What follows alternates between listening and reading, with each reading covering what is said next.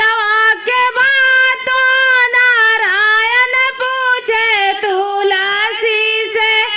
धरती हमर माता आई में गामर पीता।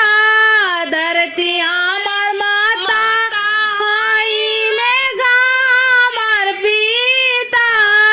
गोकुला नगरिया में, गोकुला नगरिया में भइल बा बियाह।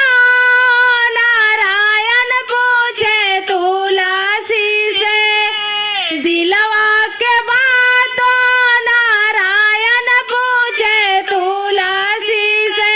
दिलवा के बातों नारायण पूछे तुलसी से। कावा तोहर नैहर तुलसी, कावा तुहर सासुर। कावा तुहर नैहर तुलसी, कावा तुहर सासुर। के कराई नाम के सिंदूर, के कराई नाम के सिंदूर। भरेलू तू मांगो नारायण पूछे तुलसी से।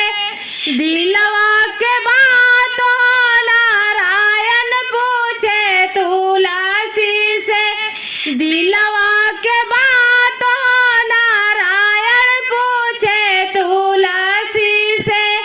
गंगा तीर नैहर हमर, जमुना तीरे सासुर। गंगा तीर नैहर